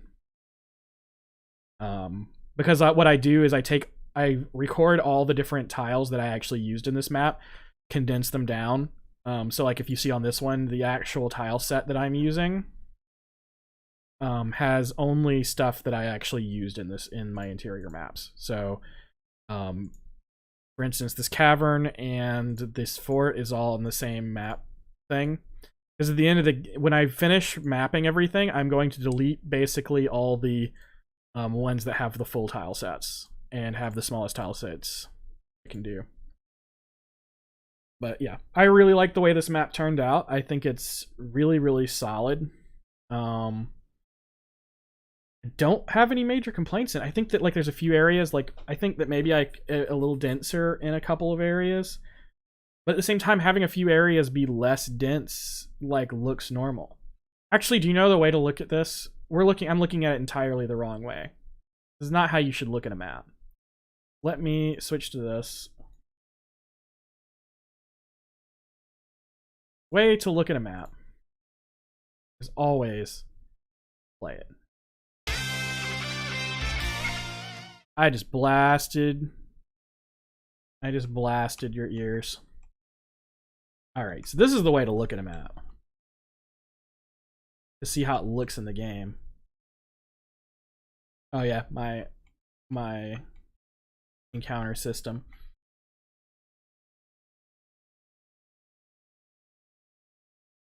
Which, if you want explanation, it's not set to actually go to combats. Oh, obviously I need to still... My pass ability is not set, and I need to put my tops and bottoms.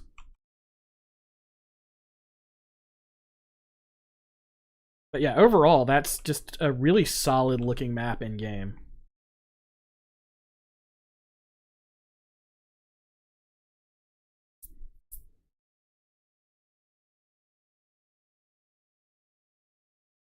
Yeah, the world just lost a map tile up and down. Yeah, it was like, that was the easiest way to fix the problem I had. Also, by the way, that's actually a thing of like, you can always map like a little bigger than you're actually going to do, and then like cut your map down, because you'll notice like how many more half trees and stuff I have here, and like it should do that, right? It should be like things that are halfway on the map. If you map your entire map like one tile too big in every direction and just don't have anything going off the map, and then just copied it and cut, you would end up with this exact situation. And I'm just like, there's some convenience to doing that. Anyway, so I wanted to get to the end of that. And so that's going to be the end of the stream. Thank you for coming and hanging out. I appreciate it a lot. I'm glad I got through that map. It's been halfway done for months now. But hopefully you all enjoyed. Yeah, the shadow in the cliff corner is a bit harsh, and I'm probably going to edit that tile and take the shadow out of it. Because I think that because these are some tiles that someone else made. I think Panda Marie made them. And so I'm just going to do a quick edit. I'll probably do it by just cutting around and then putting a blank grass tile underneath it to cover it. But I see what they were trying to do, and I think you're supposed to use other tiles on top of it, but I did not. Anyway, so that's it for today. About 10 minutes over what I normally run, but still, all good. Hopefully you have a good day, and talk to you later. Let me mute myself and go out, and I think that I know what I'm doing. I'm losing OBS, guys. All right, later, everyone. 10 minutes over what I normally run, but still, all good. Hopefully you have a good day, and talk to you later. Let me mute myself and go out, and I think that I know what I'm doing. I'm losing OBS, guys. All right, later, everyone.